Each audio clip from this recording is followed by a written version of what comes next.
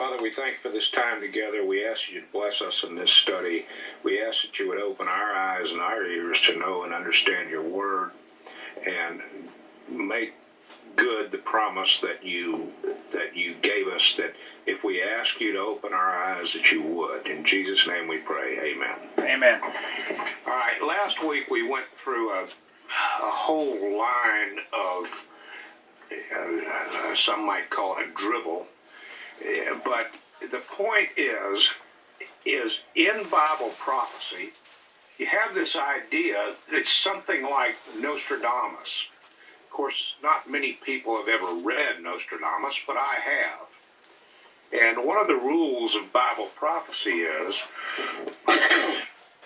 if a prophet says something and it doesn't come to pass, then you're not supposed to pay any attention to it.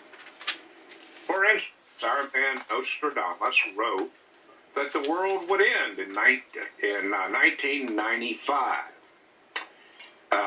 This is sort of like the Chicken Little problem, and that is the sky is falling, and when it doesn't fall, it leaves the said chicken with a wee bit of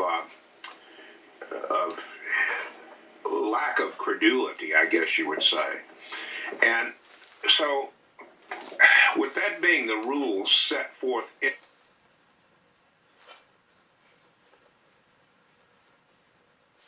by its own rules, a Bible prophecy must come to pass, or you're not supposed to listen to it.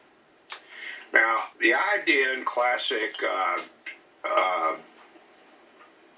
teachings, even probably in most seminaries, and that is the idea that the Bible is anachronistic, meaning it says something like it talks about a candle in times before candles were invented. In the Book of Mormon, for instance, it talks about steel at a time, supposedly it was written, but the problem was it was written at a time before steel was invented. So you can look at the Book of Mormon and see obvious anachronisms in it. In the Bible, you sometimes see anachronisms, like particularly in the Book of Revelation. It talks about candles. What it really says in Greek is lamps, because candles were simply not invented back in those days. So what we're looking for when we study Bible prophecy is, did the prophecy come to pass? Now, we were studying the prophecy about the coming of the Messiah. And the prophecy specifically said from the time of the commandment to go forth and rebuild Jerusalem and the wall would be, and would be actually 70 weeks, which we learned last week. Those are weeks of years, because what it actually said was a Shabbat or a 7 of, and it could be either days or years. And I also gave a reference where you could go back and check out what I just said, particularly back in the early part of the Bible. It deals with, I can't remember if it was Isaac or one of the three patriarchs. It said he was going to serve for 7 years, and it said when the week is ended, was ended, yada yada, something. So it's clear that they were talking about a week of years, or a 7 of years. So one of the things, if you're going to study the Bible, you're going to have to get to a good understanding of you got to get a way to find out what the original word was in Hebrew or Greek, and get an understanding of what the word actually meant. And we'll be doing that, presupposing that we can continue. We'll be doing that particularly in 2 Thessalonians. There's a terrible mistranslation of the Greek text there But when you understand it, you'll understand some things about the timing of the rapture that you simply can't do without that understanding. Now you can do it because there are other places where it lays out the timing of the rapture, but it is not before the tribulation, as you see so often in modern day, even conservative expositors' teachings. So the other thing we did was we went into this prophecy about the coming of the Messiah, and we saw that big-time players disagree. Sir Robert Anderson, for instance, the lead investigator in the Jack the Ripper murders for Scotland Yard, he had teachings. Sir Isaac Newton, I guess you'd say the father of modern science, he had teachings. Then we saw this guy Hoehner, Hoehner. He's a big-time player with Dallas Theological, I think it is, teaching New Testament prophecy or something. But he has his take on it. And then we saw a couple of guys called Pickle and Ice, and they had their teachings. And what we saw is from a number of so-called experts, there's questions about what the true meaning of the prophecy was, when it started, and when it actually came to pass. So we looked at the beginning of it, and my take is that it came on the first day of Nisan, which is the first month of the Jewish year, on Kodesh Nisan, Kodesh meaning new moon, and or month. But in this case, my opinion is it means new moon. So this is the time of the first visible crescent of the moon in the Jewish calendar, and that calendar, of course, began with sunset. The day began with sunset, and it continued into the next day, throughout the next day. So one of the things we've got to remember is that,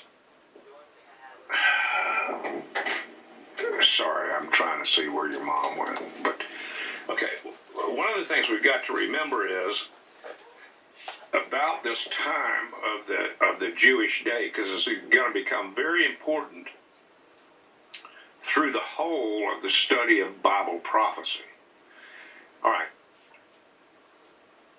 Now, so I've said 1 Nisan of 444 BC, and we dated that because it was the 20th year of the reign of Artaxerxes, and you do have to understand a bit of history to come to that conclusion. But if you just take the facts and you take the accession system used by those Persians and the Jews and others, you would remember that the king may have started, for instance, in our calendar, he may have started on the 4th of July, but his first year did not begin until the 1st of January, and that first calendar year was January to December 31st, and that was his first year. The previous time, from July 4th through December 31st, was his accession year. So,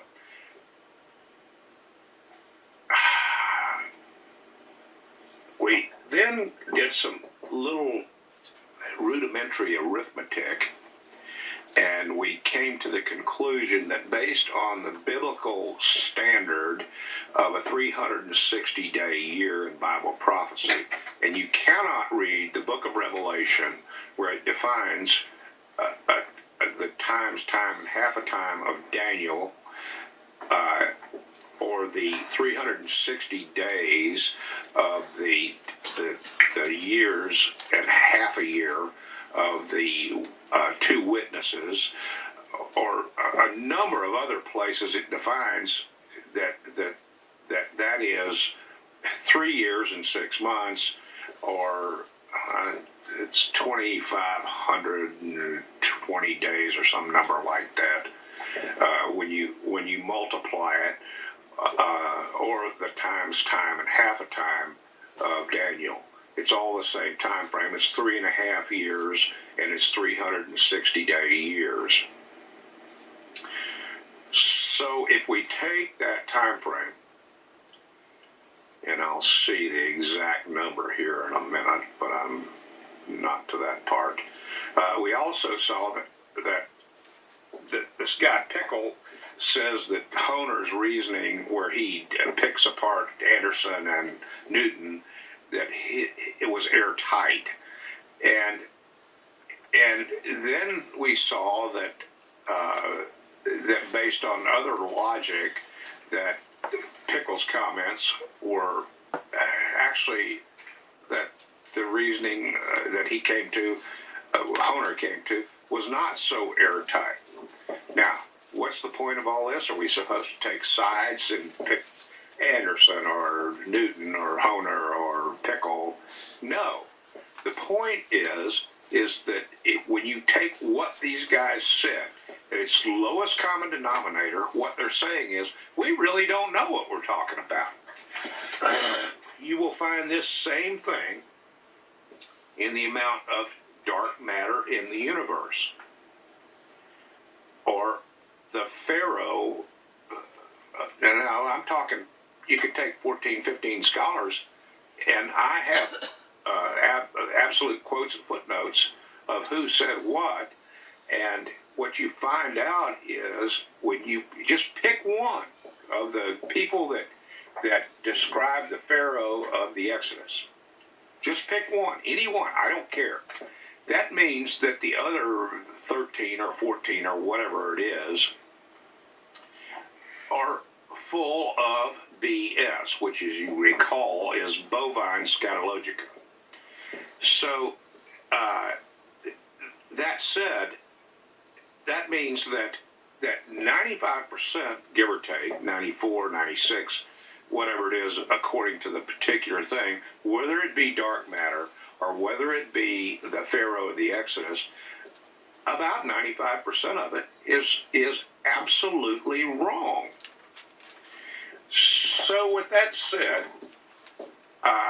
in the airline business, we just have a deal. If there's something wrong with the airplane, we are not going to take your family up in it on the belief that we're probably going to be all right. We just don't take those chances. Not even to the tune of 5% or 2%. So what that means is that we cannot put much faith in what that sort of statistic says. What it also means is what these guys are saying to a man almost is that we don't really know what we're talking about. So with that in mind, we decided what we would do is go into this on our own. And we began to look at the time of the starting of it, and we know there were only 2 dates possible, and one was the original date when the guy first came to the throne, and the other was the date that counting from what was actually his first year. And if you go by the law of the Persians, you have to say that it was 444 BC and no other. So let's just stick with the legal aspect of it and say that it was 444 BC. And we came to this wacky number of 360 times 69 weeks, because there's 1 week left to go. That would be this last week that we're looking right down the gun barrel of. And how we know that is Isaiah 11, about 11 or so and following. It deals with the time where the Lord says, "Behold, when I lay my hand forth to bring back my children Israel from bondage the second time." Well, the first time happened after the Babylonian adventure. And the second time happened after the destruction of Jerusalem in 70 A.D., and it came to pass in May of 1948. So what this means is the second deliverance of Israel has come, just like it says, and we're now waiting for the thing to be scraped off the top of the Temple Mount, which is the Dome of the Rock, second most holy place, depending on who you read, by the way. Second most holy place in the Muslim religion, and the temple to be rebuilt there. And this temple that's going to be rebuilt there is described in Ezekiel 40 and following. Now, if you've ever read the book of Revelation, when you get into the prophecy of the two witnesses, John is given a reed, and he's told to go and measure the temple. And apparently he does, but we're not given any of the measurements that John takes. So you might ask yourself, why not? I always did. Until late one night, I was studying, and the Lord opened my eyes to the fact that, just like He hopefully will for all of us today on certain things that maybe bother us, but the fact of the matter is, He didn't need to put those measurements down because they're all in the book of Ezekiel, exactly what the measurements are. And it deals in cubits, which, by the way, is about 18 inches, although the cubits in the earlier part of the Bible, in the Pentateuch, pent meaning five, so the first five books of the Bible, Genesis, Exodus, Leviticus, Numbers, and Deuteronomy, which were authored by Moses. There's a lot of wacko ideas floating around, but if you read the books themselves, which I have, it's very clear that Moses says that he wrote them. So let's just go out on a limb here and say that sometime shortly after the deliverance from Egypt, Moses wrote those five books, and he kept writing up until the time just shortly before the children of Israel went into the promised land after the 40 years in exile. So, now I was going to make a point, and I lost it, but about the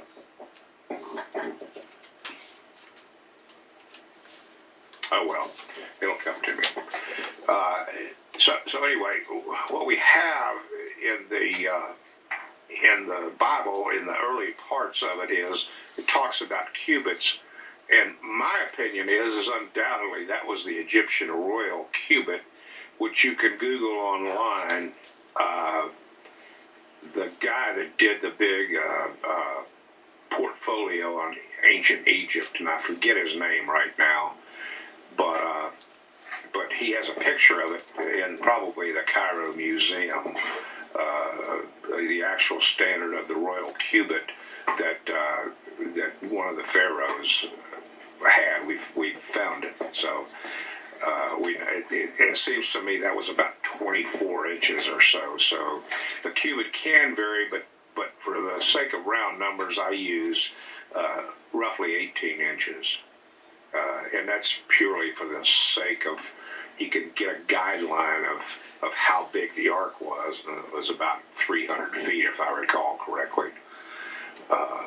Big boat.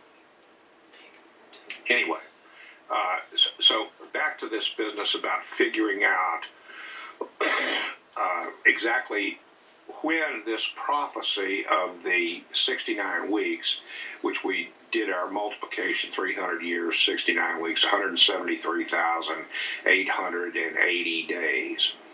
And so now, if we know the starting point, we can lay this out, and of course we did, and we said, well, okay, the Messiah would come in 38 A.D. The problem is he didn't come in 38 A.D., and so we ask ourselves the question, is this a case of the Bible being wrong? And lo and behold, when we go into the detail of it, what we find out is and this is often the case of critics of Bible prophecy, what we find is when you start pointing out that a Bible prophecy was just plain wrong, and you go to all your illogical explanation and so forth and so on, at the end of the day, when you really get into the end of the day, that is so trite. I'm just going to stop saying it. But anyway,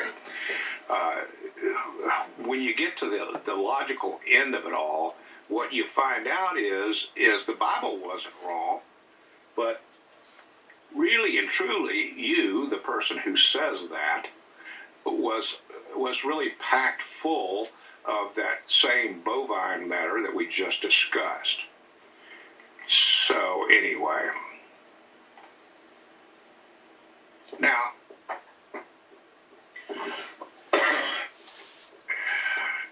we talked about also the idea that the crucifixion came on the Passover. And once again, it brings to light another problem you have when dealing with Bible prophecy. Many times people will distort logic and reason and come to a conclusion that supports a particular agenda or teaching that they've been teaching, and they'd have to actually admit that they were wrong. And most of these guys aren't going to do that. Now, one of the things here, and if you get into a discussion of just about anybody, well, you can come up with an argument about the time of the crucifixion. And this deals with the fact that the people that tried Jesus had to go and they had to cut the things off so they could go and partake of the Passover, and I think it was that same day. That's what it says in the Bible. But if you read further in the Bible, you will find that Jesus at the Last Supper, which was the time before that trial took place, he clearly says that it's a Passover meal. Now, the idea comes from the thing that in 1 Corinthians 5:7, Paul says that Christ is our Passover. And this is what we call a biblical type. Type meaning a figure, whether a metaphor, which says that something is something, or a simile, which is something is like something, or there's a more sophisticated figure of speech called hypocatastasis, where it just says, okay, I'll just give you for instance, simile, so-and-so is like a pig. Metaphor, so-and-so is a pig. Hypocatastasis, pig, it's not no like, no whatever, it's a declaration.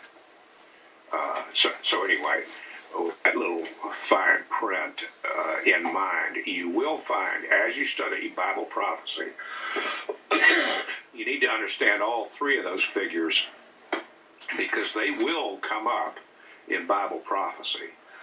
Another thing you need to understand when you're studying Bible prophecy is the Bible has the most sophisticated figures of speech of any writing ever known to mankind. And you got to say to yourself, is that any wonder when the Creator actually gave us the confusion of tongues, that if He invented language, wouldn't he be able to write much more sophisticated than anybody else could? And clearly in the Bible it says that he is the one who wrote the Bible. Holy men of God spoke as they were moved by the Holy Spirit. That's exactly what Peter says, that where the Bible came from. So if the most holy one and the inventor of language wrote it, you got to think it's got to be highly sophisticated.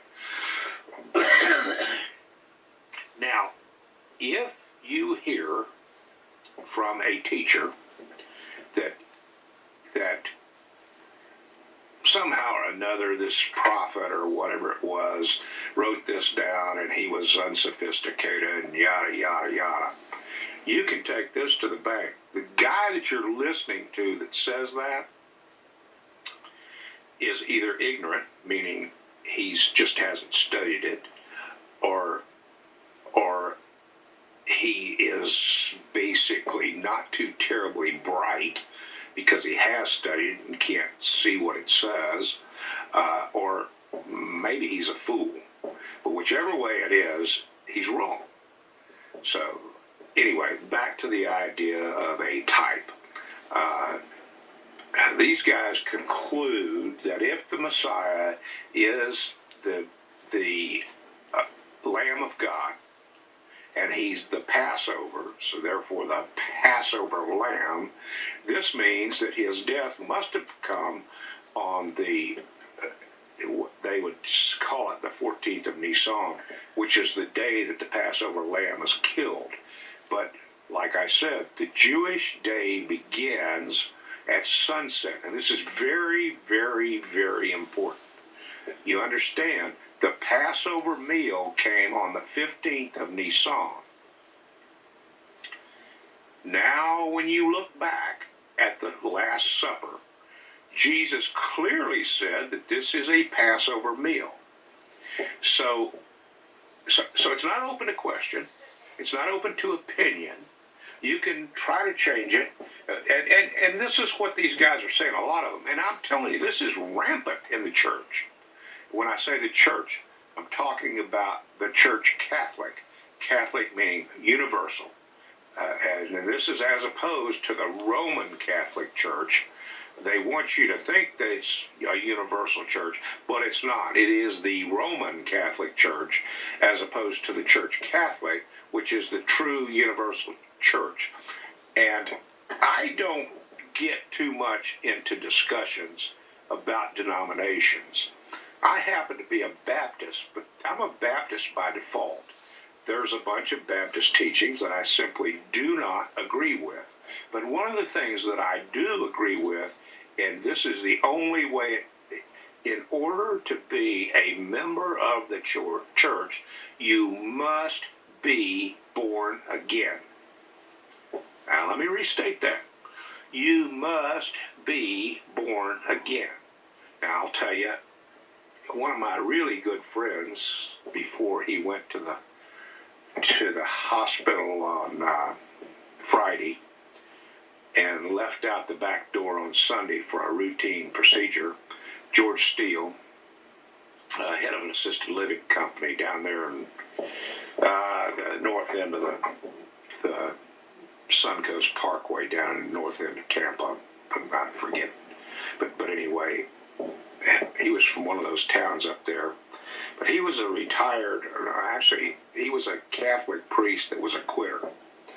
And I'll tell you, George was truly born again.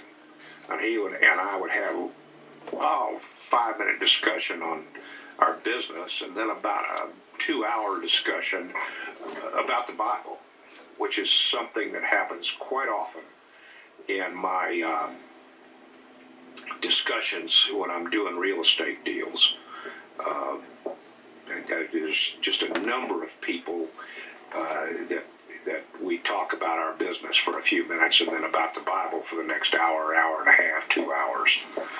So, in spite of, this is just a little aside, there's a teaching out there that the only way to get ahead is to screw people, cheat them, lie. Well, I know a guy, I know a number of guys, but one particular guy I'm getting ready to do some real estate deals with. I got him into a real estate investment of $400,000 for 4 seniors housing deals that had failed. And 4 years later, he walked out with a profit of $24 million. And he's a straight-up guy, and he's honest, and he does things right. So if you think you can't make a lot of money doing things right, you're just simply wrong. You hear that out there, but the guys that I deal with, you have to be a straight-up guy, or I'm not going to do business with you. I'm just not. So that little aside out there, I just want it said that there is a right way and a wrong way, and if you're going to be a member of the church, you must be born again. Now, if you want to get into baptism, that's a whole nother story, and the Church of Christ has an idea, and the Catholics have an idea, and you got the Presbyterians and the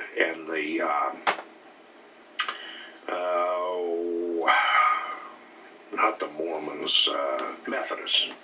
Okay, some of them think you're supposed to sprinkle, some of them think you're supposed to dunk. The Baptists have their ideas, yada yada. Well, the fact of the matter is, if you go back to the basis, you must be born again. There's a whole bunch of Catholics, a whole bunch of Church of Christ, Methodists, Baptists, Presbyterians that are not born again, and they're trying to be righteous, and they're trying to do things right because they think that's going to get them into heaven. Now, you must be born again. So, back to the story of the Passover. These guys come to the conclusion, somehow or another, you're supposed to believe this, that what Jesus said, when he said that this is a Passover meal, what he really meant to say is, I don't know when the hell the Passover is, and it was really the day before, but I'm calling today the Passover. We're back again to that bovine fecal matter. It just doesn't work. Don't even tell me the guy who created the world, who put the whole thing together, didn't know what the day of the week was, or the day of the month, or the day of the year. Come on. So anyway, so looking into the detail of it, and I think we're not getting to the day of the crucifixion today. We're gonna stop here in a little bit and deal with questions. But I want to go into this business of the Passover. So let me see if I can get to my notes here. Okay. One of the things I said last week, and I'll restate it again, the people that come up with this idea, they do not understand the Old Testament requirement for the Hebrew men to observe the Shagigah. That's when they appear before the Lord. Shagigah. C-H-A-G-I-G-A-H. Shagigah. Now, it's also in Hebrew the Hagigah, the Shagigah. It's all the same thing, just pronounced a little bit differently. It's kind of the same ideas. You say tomato, I say tomato, or vice versa. It's just a different way of expressing it. If you've ever been to Boston, you'll find that us dumb boys from the South, we just don't understand English. But if you can understand Massachusetts English, you're a better man than me. So, anyway, back to the story. Okay, the Shagigah. If you recall, I'm sure we all do from reading the Old Testament, or maybe not, because I think I'm the only Baptist I've ever heard of who's ever read the Old Testament. But anyway, if you recall from the law, 3 times in the year, all the men of Israel are to appear before the Lord with an offering, a peace offering. Okay? And I call these the three big deals in the Jewish calendar. Because sometimes I like to put things, take them off that theological or scholarly shelf and bring them down to the real world where us ex-sailors live. So I call these the three big deals in the Jewish calendar. And these three big deals came at three times. And if you're going to understand Bible prophecy, you must understand the Jewish calendar. You must understand the way that things went down in the Jewish calendar, including shoving an extra month in the year every 2 or 3 years to bring the thing back in line with the solar year. You also must understand the law, and you must understand the timing of the calendar. And I'll tell you why, probably next week.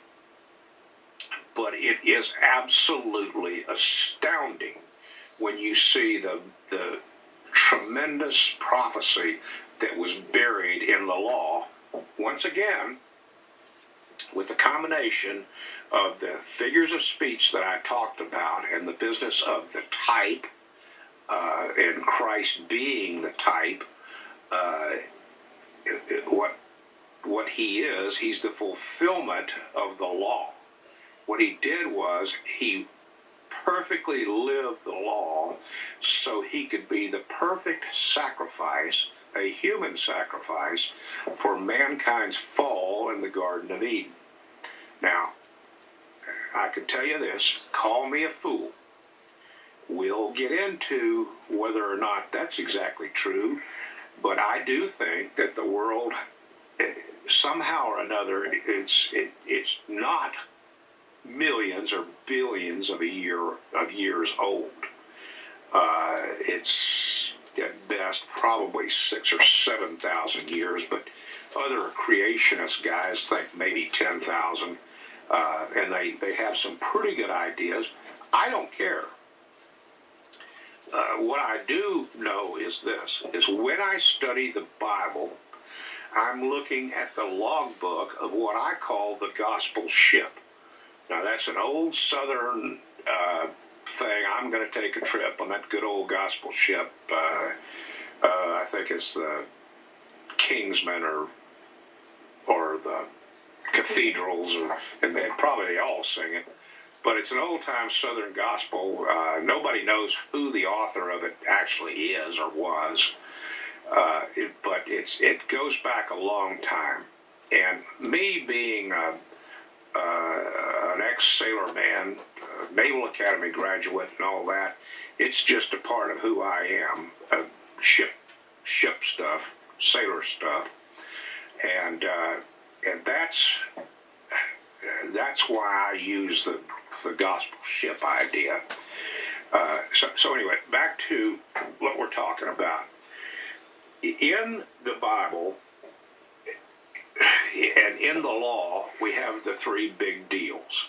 And these three big deals began with the Passover, which was actually a 7-day festival or feast. And part of it was festival, and part of it was a remembrance of the delivery of Israel from bondage in Egypt. We're going to see that in our study of Bible prophecy, we're going to see that with the church today, it's the same thing as Easter. The Passover comes on the 14th of Nisan, which the church roughly it's the day before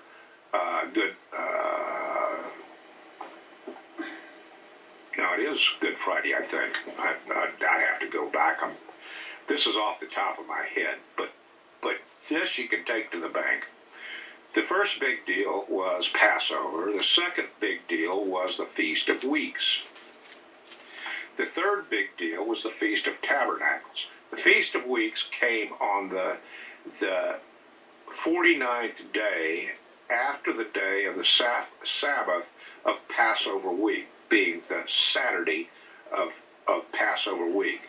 Passover week, that began with Passover, and it went on for 7 days in what was called the Feast of Unleavened Bread.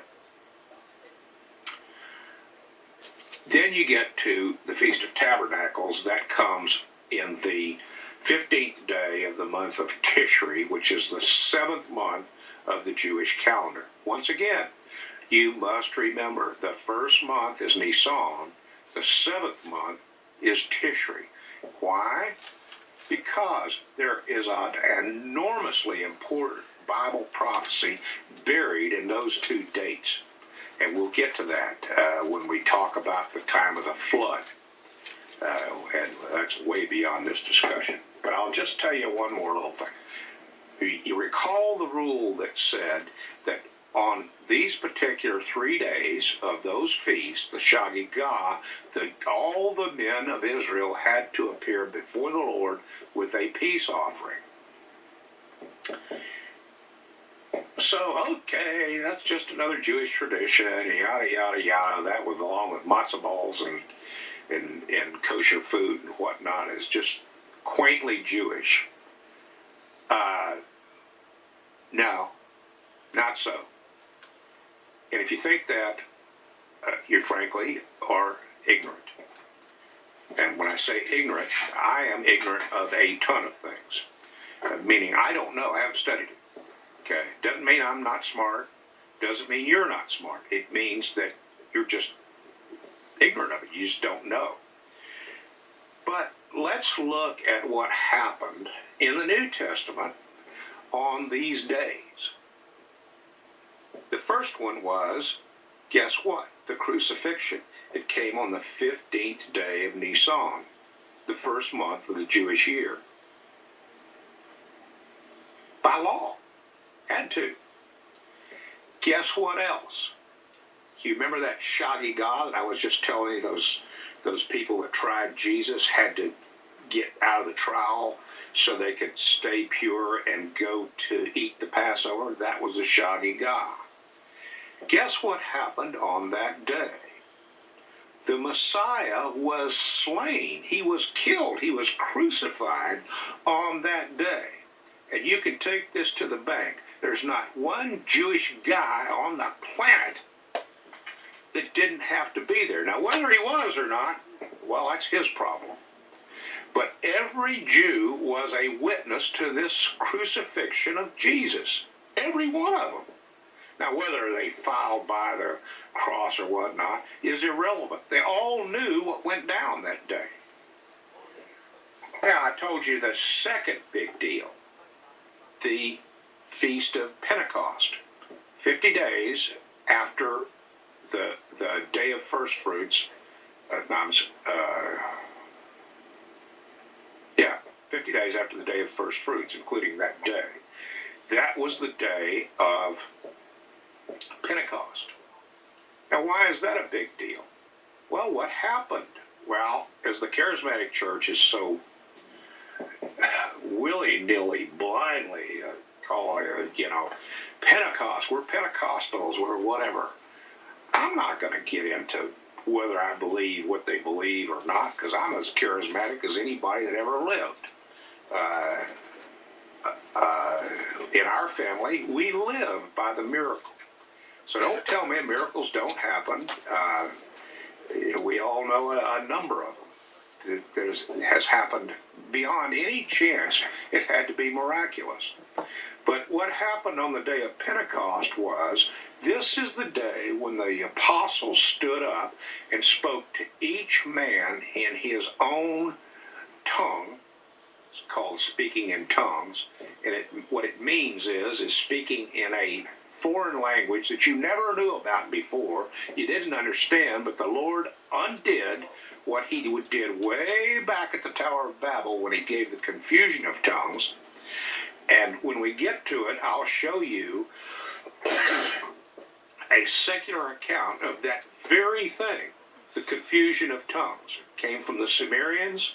It's right there in I'd say black and white, but really and truly it's in clay tablets that came to us. But there's no question about there is a secular record of it. The reasonable man would say to himself, if there's anything to this serpent business, or this tongues business, confusion of tongues, or the flood, there ought to be a record of it in the secular record. And when you study a little more deeply than maybe even college study, you will find out there are secular accounts of these very things. The flood account, for instance, it's almost exactly the same as the biblical account. Names are changed to protect the guilty, probably, but the same thing with the confusion of tongues, the same thing with a number of these things, including they built themselves a place in the land of Shinar. Shinar is ancient Sumer, and this linguistically is fairly well proven by a number of scholars. But the idea that we don't know where that is just total baloney. We know exactly. We have maps of it. And it's what we call the land of Eber and Asher back then. Today we call it Iraq and the western part of Syria.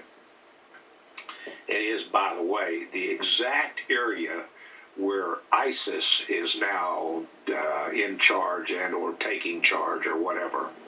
And there's another Bible prophecy that deals with this place and the destruction of it, but that's something we'll get into later. Just understand this.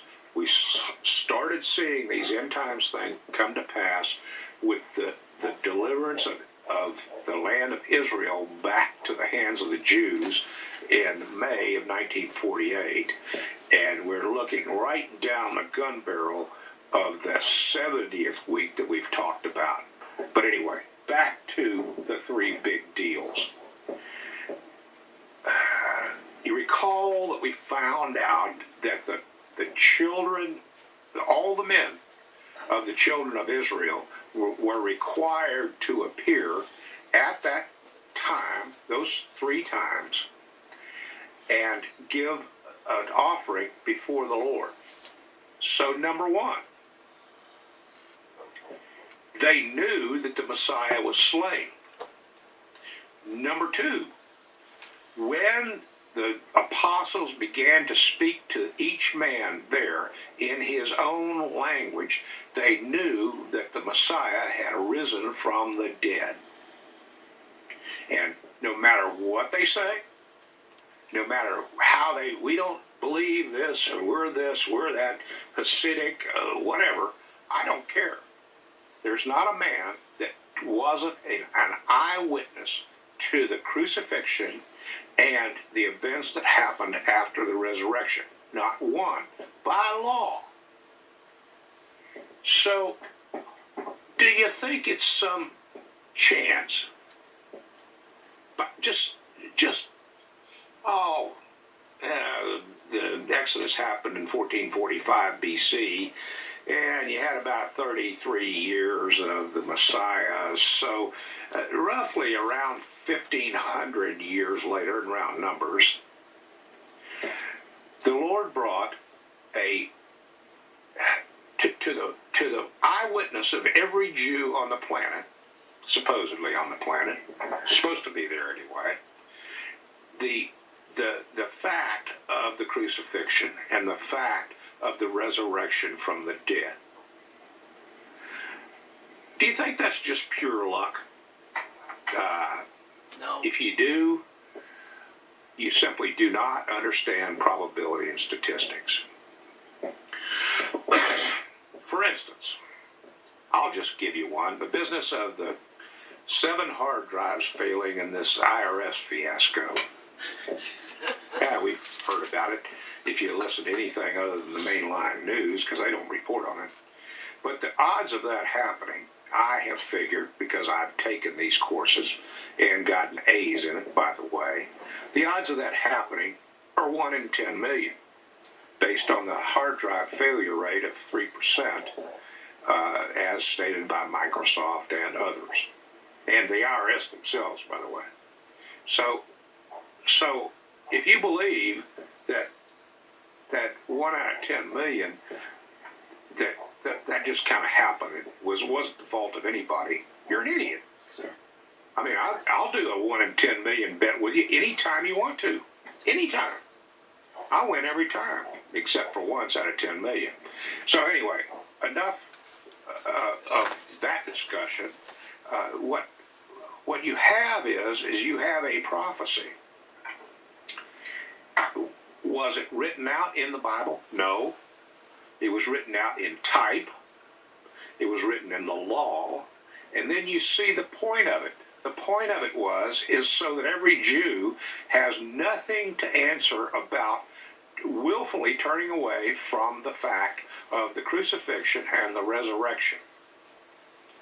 Now, we'll get into this in a later lesson of exactly why they did this, but the fact of the matter is that the hierarchy of the Jews, the priesthood, were a bunch of murderous thugs. And there's just no other way to say that. Now, the Jews today are not murderous thugs, and that's not what I'm saying. But the hierarchy back then led the whole family of Israel astray. But what you do need to understand is the whole of the Bible, beginning to end, is a giant panorama, and it's painted on the canvas of the children of Israel. No other way around it. The Jews are involved in all this biblical stuff, and they will be at the end. And sometime about the middle of the 70th week, shortly after the absolute middle, their eyes, which are now supernaturally closed to the truth of the gospel, will be opened. At this point in time, the Gentile church will be raptured out. And then the eyes of the Jews will be opened, and they will become the most virulent Christians that the earth has ever seen. And they will be persecuted. So, and anybody's got to say, well, John, you got to be able to prove that if you're gonna say that. Well, the fact of the matter is, I can prove it, and as we go on, we will prove it to ourselves as well as anyone else that might ask us about it. So, now, we've seen the three big deals in the Jewish calendar. The last big deal has yet to come. And you've got to understand that the time of the middle of the 70th week, when the Antichrist is going to be revealed, that's going to come at Easter time in that season. And it's going to span over quite a bit of time, weeks. But that said, that's when it's going to come. The second coming will come at the time of the 70th week, 3.5 years out of whack. And that's another reason why you need to understand that this 7th month, and I might have said that wrong, let me restate it. It's going to come at the time of the 7th month, which is the time of the Feast of Tabernacles, and that's a feast that we will all be participants at. In fact, we'll all be Jews then, which we are today, by the way. We're all children of Abraham. Just with the church, as it sits today, it's Gentiles, but we are, in fact, translated into children of Abraham when you are, what did I say? Born again. You got to be born again. Okay, so we've seen the three big deals. We've seen the reason for this.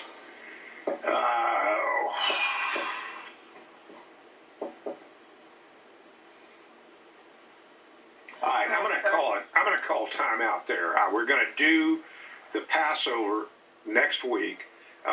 So questions. Just a second.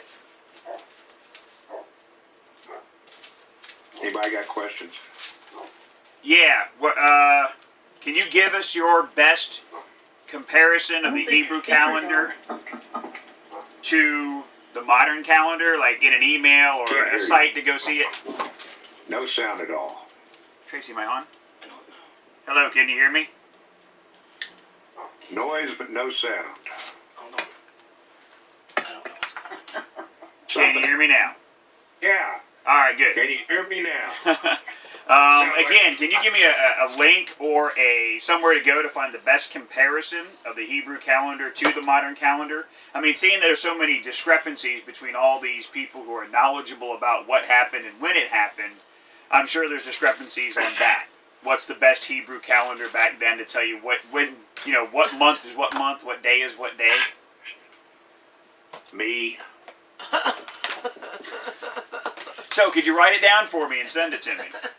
Yes, I have it already written down. I just didn't bother to read it because you're not going to remember it, but you do need it written down. Well, like you said, you have to understand the Hebrew calendar before you can really... Absolutely. Yeah.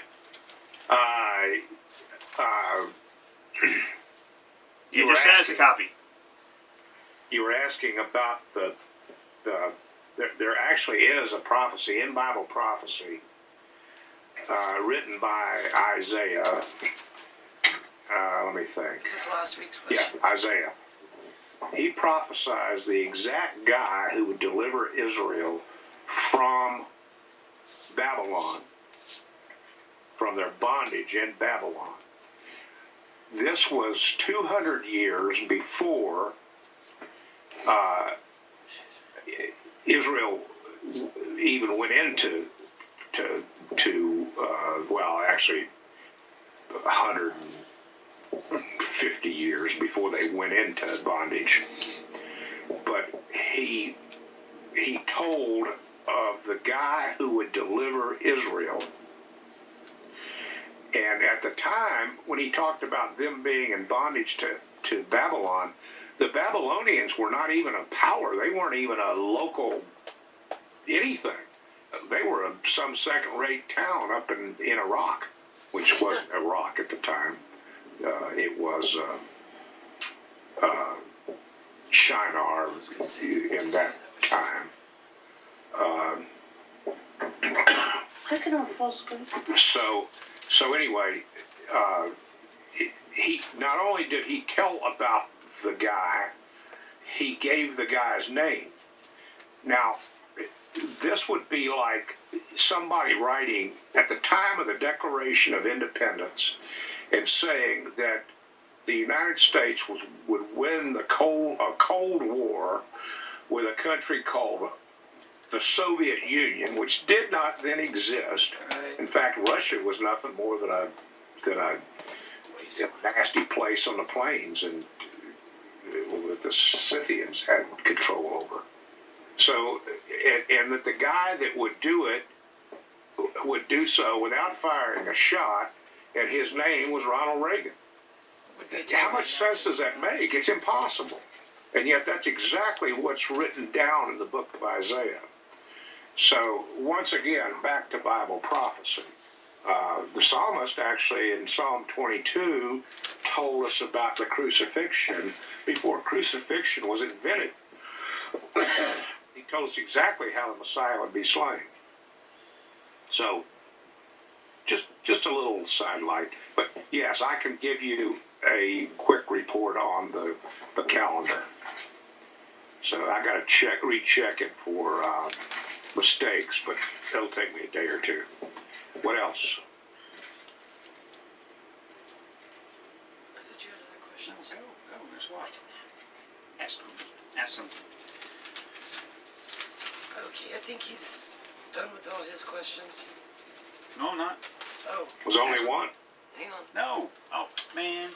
Okay, now this actually goes back to last week's. You gave us some places to go look for some specific information in the scriptures. And in reading some of those scriptures, they led me to other questions that happened to do with what was written in the scripture itself. Not particularly about prophecy, but just about what was written in it, so I can get a better understanding of what was going on and why was it said this way. But because those Well- scriptures you said, I must have some questions on that. Like in Ezra, when Ezra was going to Jerusalem, and Artaxerxes said, everybody give him what he needs in the name of God so that he can have all he needs when he's going there. And everything was put in a finite amount, like this much silver, this much gold, this much oil, this much everything. But at the very end of it, it said, and salt will not be defined in an amount. Why did they say that about salt and not everything else? I don't know. I was curious. Salt back then wasn't like salt today. It was a fairly expensive commodity, which you probably already knew. But Nope. Well, today salt used to be 11 cents for the big box of Morton salt. Right. Today it's probably almost $1 maybe, but still remarkably cheap. Why was it expensive back then? Because they didn't have much of it. They couldn't. It had to be mined at certain places, and Okay. it's kind of like pepper. Pepper was terribly expensive, and today it's not much. Used to buy that big box of pepper at Sam's, a quart of it maybe, or Right. certainly a pint for $5-6. Now it's $7 or $8 maybe. If back in the days of Marco Polo and the gang, boy, it was off the page. Hey, tell them in the Criswell Bible, page 1091, Criswell Bible, page 1091. there's a little square that's titled the Jewish calendar, Ah, she's right. and it gives you Tishri, and it's from September to October and has 30 days. It's the All right, Criswell Bible, page 1091 is the Jewish calendar. in capsule form. Yeah, and by the way, I still, before I gave my Bible to Bo, I used to consult that all the time. Now I know a ton more about the Jewish calendar than what you see there, but it's some really, really intricate study, and most people wouldn't care. No, I still want what you got. Okay, I can give it to you. It's going to say roughly the same thing that does, but Yeah, well, it's that one day that can make a difference. It's, Yeah, imagine if I happen to be studying right now the Jewish calendar over and against the Egyptian calendar, which is a horse of another color. But what I'm doing is I'm seeing what happened in that very month in the Egyptian calendar. That the Exodus miracles happened. They all happened in about 2 weeks, and it's absolutely fascinating. Just fascinating. Particularly the 3 days of darkness before the full moon at the time of the Passover. Passover, and the angel of death going forth. That was it was a punch in the gut and to the face of the Egyptian gods. I mean, it was a total, it was a slaughter of the Egyptian gods. Well, we're getting into Passover next week. Are you going to cover any of that then, or possibly the reason for the snakes and the fleas? Just wondering. We'll get to that. I don't think it's on the subject. I've still got to deal with the issue of the name of the Messiah, which Chris asked about, and I told him we'd cover it. So I get it. I want to see that one. He says You he said wants to see you that. said it was if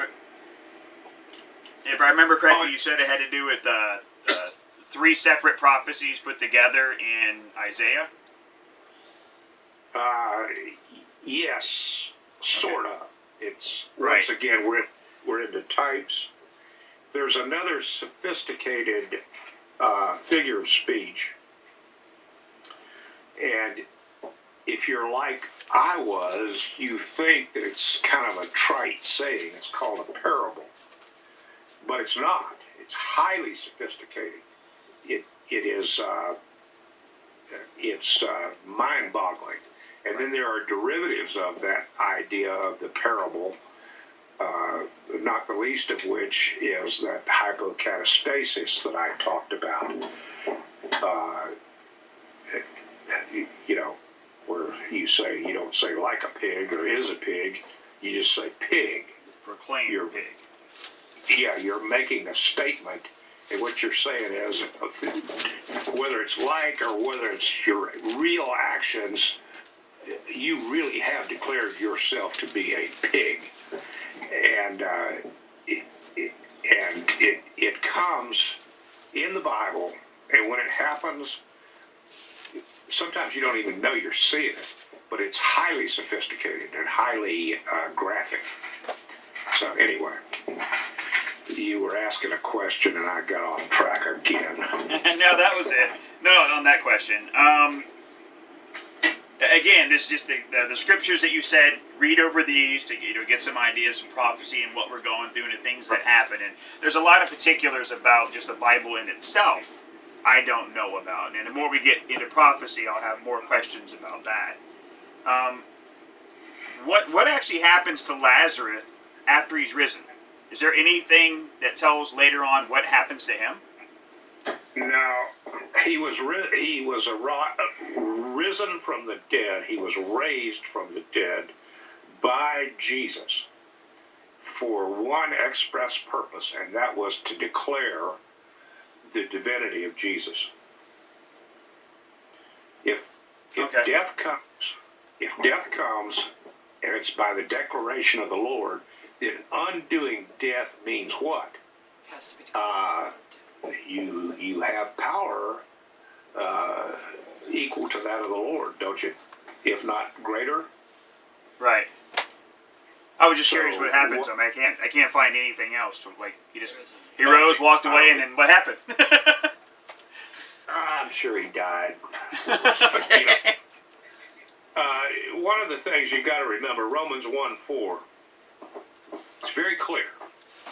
Jesus was declared to be the Messiah by his resurrection from the dead. Now, did other people rise from the dead? Yeah, a couple of guys that were thrown on Ezekiel's grave, or Elisha's, one of the two of them. They were thrown down, fell down in a grave, and came alive.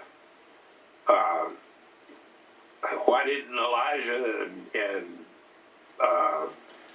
Elisha come alive? I don't know. One of these days we'll be able to sit in happy hour with them in heaven and say, you know, what happened there with that deal, you know? All right, I'm cool with that. I want to just talk to Moses and say, No doubt. what in the hell did you think when the waters parted? That's going to be a great story.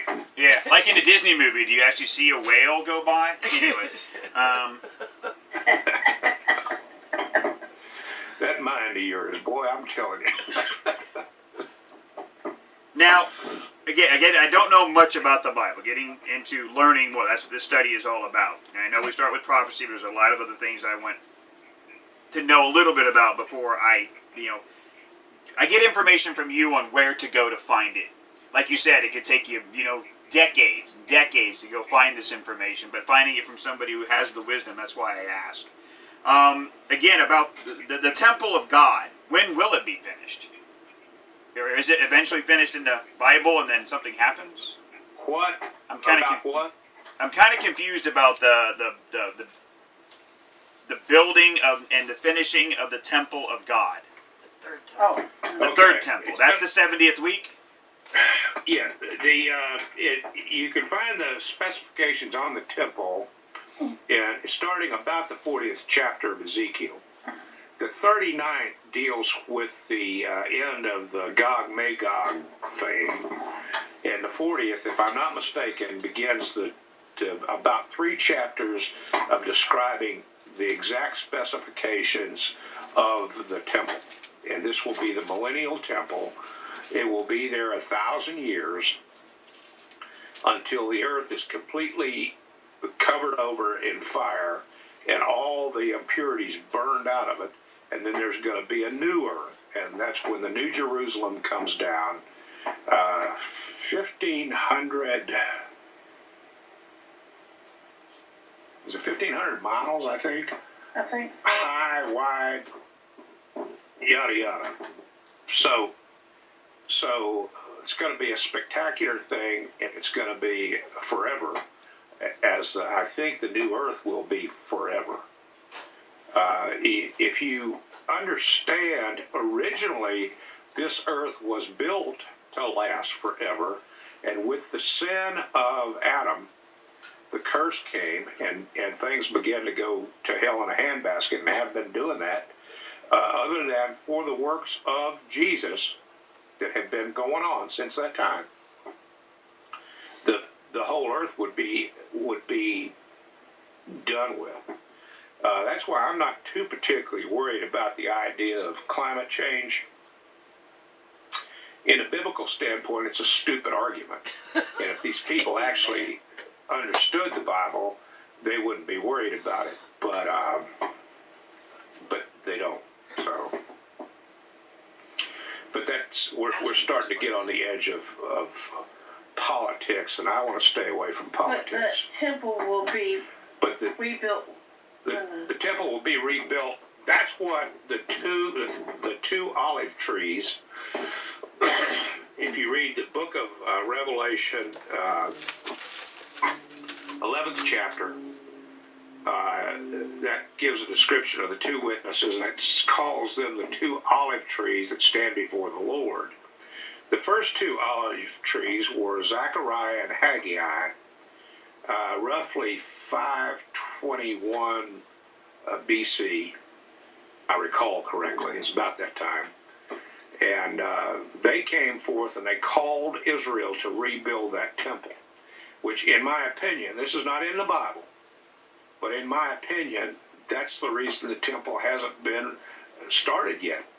I've heard that they got the plans, they got the materials and all that, but they just haven't been called to rebuild that temple. And I don't think they will be until the two olive trees come forth to spur them on.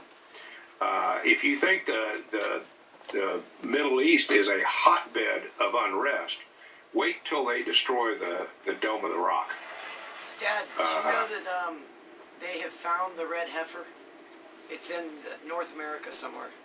The Temple Institute announced it last year that they had finally found one red heifer that had not a single white, brown, or black hair on it. Oh, I don't know, and or care. I don't. Well, I guess it was their last thing that they needed to put together for the temple. They've got all the artifacts, everything's been sewn and dyed. It's not biblical. That's biblical. Well, that's what they're saying. That's according to the Temple Mount Institute, I guess. Institute. Well, I'm just telling you, we're looking right down the gun barrel of the last week. So, and there's going to be some people out there that are going to wish that they knew what we're learning today, and will continue if the Lord delays His coming anyway. But a lot of them won't be looking for it because they believe they're going to be sucked up before they see any of this. Why isn't that right? That's one of my problems with the teaching of the pre-tribulation rapture. It's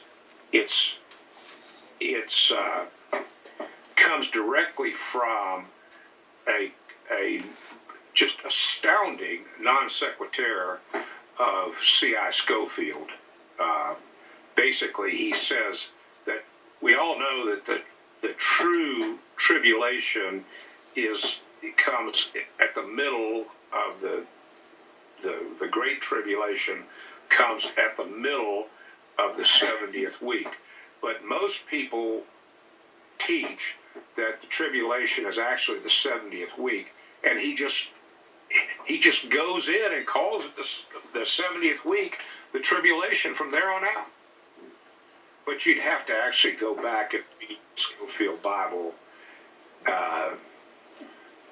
frankly, the guy, he makes the statement in his dispensational class or course of thought that the patriarchs, the reason the time of what he calls conscience goes by the wayside and is replaced by the law is because the patriarchs erred, or I forget exactly how he says it, but basically they didn't have any faith. Well, I've got a quote that right out of the Bible that clearly says, because of the faith of the patriarchs is why the Lord did whatever it was he did. So Schofield was just plain wrong and just plain non-biblical in much of his dispensationalist arguments. And the guy makes more logic mistakes per cubic page than anybody I've ever seen. And still, he's a pretty good Bible teacher, but he's got some screwball ideas. So do I, probably. But hey, You seem to be doing all right. my deal is this: I'm a businessman, and I deal in real estate deals, some of which some fairly sophisticated clients think are pretty nifty. And what I do is I just sold this industrial park, and I kept telling these guys exactly what was going to happen, and exactly what I said was going to happen is going to happen. And I'll tell you this, the guys that I sold this thing to, I told them, you mark my words, you're going to double your money, if not triple it, in under 3 years. And they will. And how I happen to know it is I've been through a number of disasters in the various shopping center, apartments, office buildings. Haven't done that much industrial, but I just did. And it's exactly like I said. I've seen it done before, and I know what's going to happen. They don't. They've never been through a disaster.